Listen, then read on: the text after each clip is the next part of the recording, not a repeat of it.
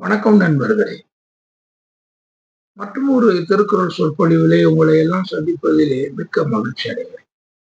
நாம துறவுங்கிற இந்த அதிகாரத்த பார்த்துக்கிட்டு இருக்கோம். இந்த அதிகாரத்துல நம்ம இதுவரைக்கும் 8 குறள் பார்த்துட்டோம். 9வது குறள் என்ன அப்படின்னா,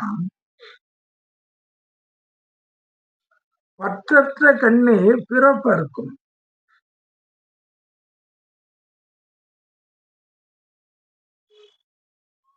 மற்று நிலையாமை காணப்படும்.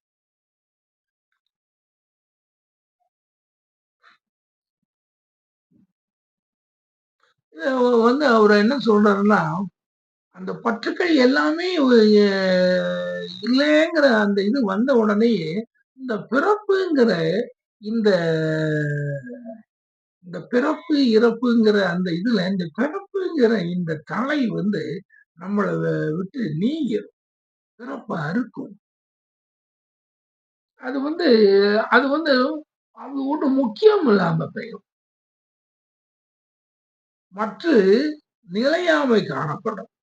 அப்போ நம்ம பார்க்கும் பொழுது, அப்போ அப்பதான் நமக்கு தெரியும், இந்த உலகத்தினுடைய நிலையாமை எப்படி இருக்கு.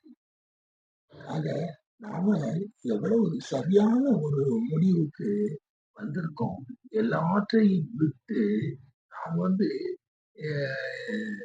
அ ஒரு நிலைய நாம அடையும் பொழுது, இந்த உலகம் நிலையாமைங்கிறது என்ன? இந்த உலகத்துல எதுவுமே இல்லையே!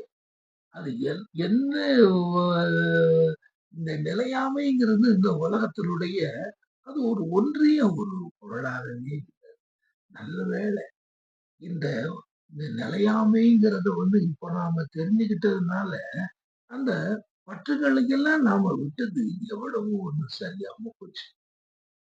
இதையெல்லாம் நம்ம விடாம இருந்தோம்னா, என்ன இருக்கு? ஒண்ணும் இல்லையே! அந்த பற்றற்ற கண்ணே பிறப்பறுக்கும். அது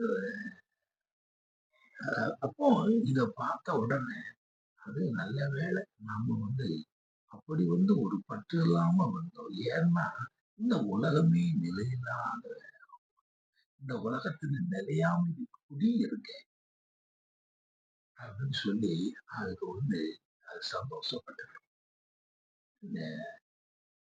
சரி நாம ஒரு நல்ல இதை தேர்ந்தெடுத்திருக்கோம் அப்படின்னு சொல்லி அத அதான் அந்த நிலையாமை காணப்படும். சரி நண்பர்களே, அடுத்தால என்ன சொல்றது?